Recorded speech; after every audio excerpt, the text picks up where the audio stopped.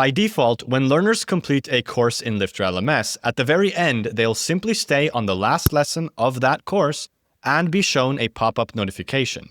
You can, however, optionally set a course completion page for your courses. This is a great option if you want to do something specific after a learner finishes the course, like congratulate them with a dedicated page, give them recommended next steps, offer them a link to their certificate, or recommend another course.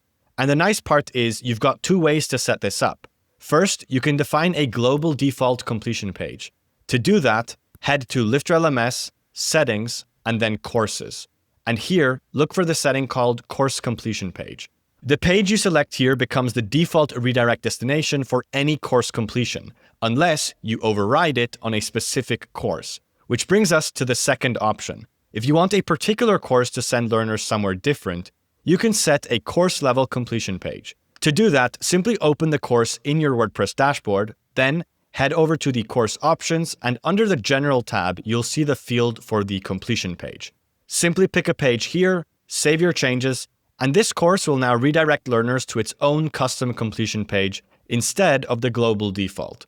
So the logic is simple. You have the global setting, which is your default, and then the course setting, which overrides the global setting. And that's it. It really is that easy. Once set, when a learner successfully completes the course, instead of simply staying on the final lesson, they'll be automatically redirected to the selected page, creating a much cleaner, more intentional finish line for the course completion experience. If you have absolutely any questions for us, please always feel free to get in touch. We're here and happy to help.